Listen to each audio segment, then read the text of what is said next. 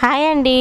ఈ ఎండాకాలంలో ice cream ఎవరికైనా తినాలనిపిస్తుంది. కానీ వానాకాలంలో ఐస్ క్రీమ్ ఎంతమందికి తినాలనిపిస్తుందో కామెంట్ చేయండి.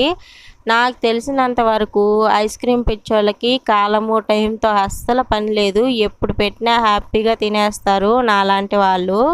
ముందు వీడియోలో ఓరియో ఐస్ క్రీమ్ ఎలా చేసుకోవాలో చూపించాను కదా. ఈ వీడియోలో పార్క్ చాక్లెట్తో ఐస్ క్రీమ్ ఎలా చేసుకోవాలో చూపిస్తాను రండి.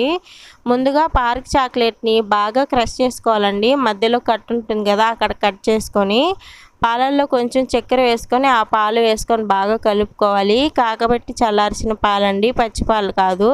పాలు వేసుకొని బాగా కలుపుకొని ఒక పుల్ల పెట్టుకొని దాన్ని గ్లాస్లో పెట్టేసుకొని ఒక 10 గంటలు డీప్ ఫ్రిడ్జ్లో పెట్టేసుకోండి. అంతేనండి, పార్క్ ఐస్ క్రీమ్ అయితే రెడీ. చాక్లెట్తో చేసాం కదా, చాలా టేస్టీగా వచ్చిందండి.